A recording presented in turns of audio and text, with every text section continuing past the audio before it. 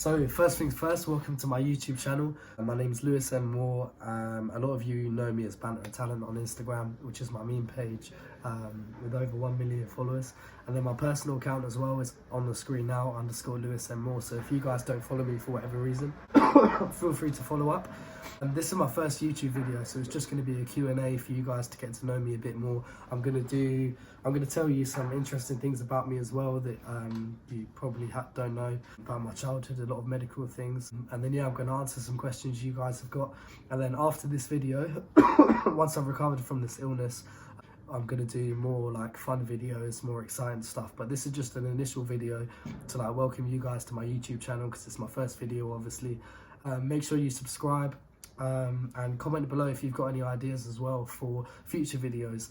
And if you've subscribed and turned on post notifications right now, then it means when I do upload these videos in the future, you'll be the first to watch them because you would have subscribed and got the notifications turned on. So go do that now and let's get into the Q&A.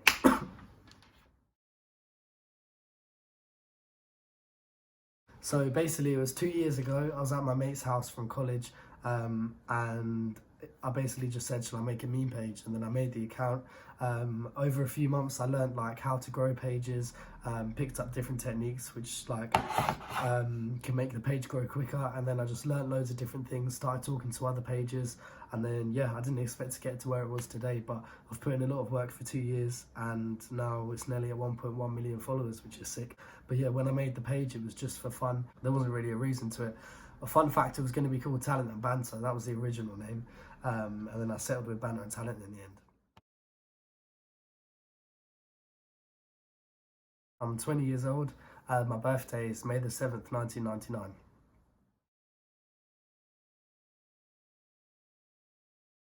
So basically what I used to do is, because obviously I was trying to make a meme page, so I'd go on to bigger meme pages like I'm Just Bait. Obviously he was the biggest one, still is when I was starting up, but he was like the one everyone looks up to. What I would do is I had like no followers, I'd go on his posts, I'd make my page private, and then you basically, as soon as like the big meme page posts a video, you go through and you follow everybody who liked that video, and a lot of the people who you follow will follow you back. So say you follow like 400 people, I'd probably say about 200, 250 will follow back.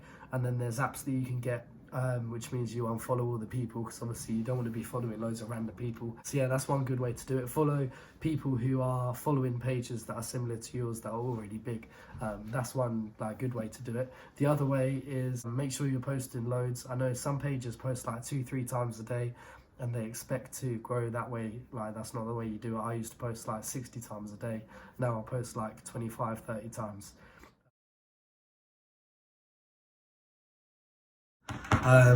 So this is where it gets quite complicated and interesting. So basically when I was younger, one of the first things to happen to me was when I was 2 or 3 months old.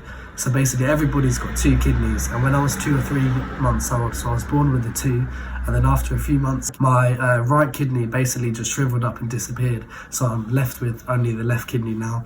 So I've only got 1 kidney, so obviously that caused some problems and stuff when I was younger. Then I've also had things happen to me like in primary school, I used to get really intense abdominal pain, and I used to have something called a TENS machine, which is basically a little box, and then it had wires coming from the box, and then I'd have 2 like pads on my stomach like that, and then basically whenever I used to suffer from like abdominal pain, and it would be really strong, painful, and I'd be sitting there in class, obviously it was primary school, and then when the pain would happen I didn't know how to like deal with it, so I used to take it out and be angry and try and hurt other students and stuff like that. The idea of the TENS machine was whenever I felt this abdominal pain, I would turn up the like voltage, and then you get like this tingling on your stomach, and it's supposed to help relax the muscles and stop the pain. So yeah, that was when I was in primary school. A lot of primary school I was in hospital, so a lot of the like yearbook photos and everything, I'm not in them because I'm in hospital, which is quite sad. But yeah, it is what it is. I couldn't really do any sport and stuff, and then in year 6 all of a sudden I could take part in PE a bit, and then I think it was year 6, like halfway through year 6 or year 5, I was actually in a wheelchair because the abdominal pains that I would get in randomly when I was just relaxing and my abs would start hurting all of a sudden. When I was in year 5 or 6, it then moved to my legs. So the abdominal pain stopped. That was when I was younger in primary school. And then in secondary school, I basically had it in my legs as well. So I'd be walking around and then all of a sudden my legs would like cramp up and make me collapse. And I'd roll around on the floor for 30 seconds, a minute, or whatever it was, like screaming in pain while my legs were like spasming. So basically I was in a wheelchair because obviously it's quite dangerous if I'm walking around and I just collapse. I could hit my head on the like kitchen side or whatever. So I wasn't in a wheelchair because I couldn't walk, but I was in a wheelchair because they didn't know when I was going to drop and collapse because of my leg. Obviously I couldn't do any sport because of all this medical stuff. And then in year 7, the leg pain, the abdominal pain, everything went away. And then I started secondary school. A school called Beaumont School in St Albans, which is in Hertfordshire. And when I started there, I basically said I want to start the basketball team. And then I ended up playing basketball, got scouted for county, and went to like south of East England, regional performance centres and stuff. So I basically went from being in a wheelchair, all this medical stuff, not being able to take part in PE, and then it went away. All of a sudden I got like for year 7 I was quite muscly and fit out of nowhere, so it looked like I went to the gym and everything, but I didn't. Yeah, I could suddenly play sport after not being able to for years, so that was a miracle. And then when I was 16, 17, they found out about this stuff because I actually got bit by a false black widow spider. So I basically got bit by the spider.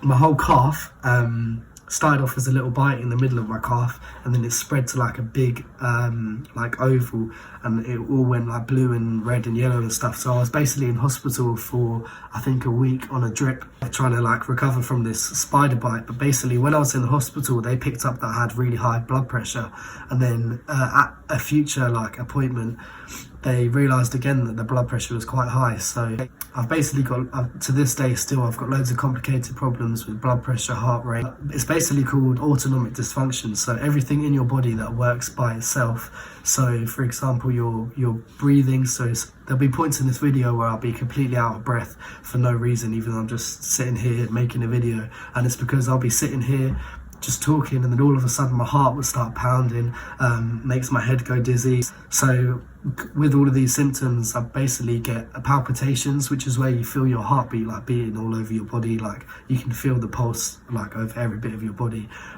Dizziness and vertigo. So basically dizziness is when you stand up and you feel a bit wobbly. Vertigo is when it's really bad, so basically the whole room's like spinning. So yeah, and then this also comes with like brain fog. So this is basically memory loss, or I can be talking now, it's happened multiple times in this video already while I've been trying to film it.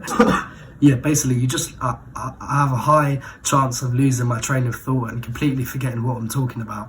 So brain fog basically affected me lots in school, college, university, so in class, and like in tests. I got extra time and everything, but if my brain fog and memory loss and everything's kicking off, then it's impossible for me to remember stuff even with the extra time. There's a few things that like kick off my symptoms. So I'm very sensitive to changes in temperature. So say for example I went outside from a nice cool room into a hot room, all of a sudden everything would kick off. I feel like I'm going to pass out, and a lot of the time I just need to go lie down in a dark room, and this happens like every day. So basically the fact that this Instagram thing has worked out and I've been able to make it my job, I'm very grateful for, because even when I used to work at Screwfix in like retail, if my symptoms are kicking off and I'm in the queue and like I'm at the tills and there's a queue of customers, I don't really have an option to leave the till because there's unless there was someone else who could like swap in. But yeah, long story short, it was a struggle working in like retail, because if I felt my symptoms, I just need to lie down really and have like a cold fan on me and just sleep until I feel better. And then yeah, obviously with college and university, when my symptoms are kicking off, I can't take in or learn anything that a teacher's saying. So the fact that I even managed to pass my GCSEs in college and university, well, I've done 2 years at university, yeah, it's quite an achievement considering how like difficult my symptoms make it all. But basically the doctors don't know why any of it happened, so they don't know why the leg pain happened. They couldn't work out a cause. They didn't know why the abdominal pain happened when I was younger.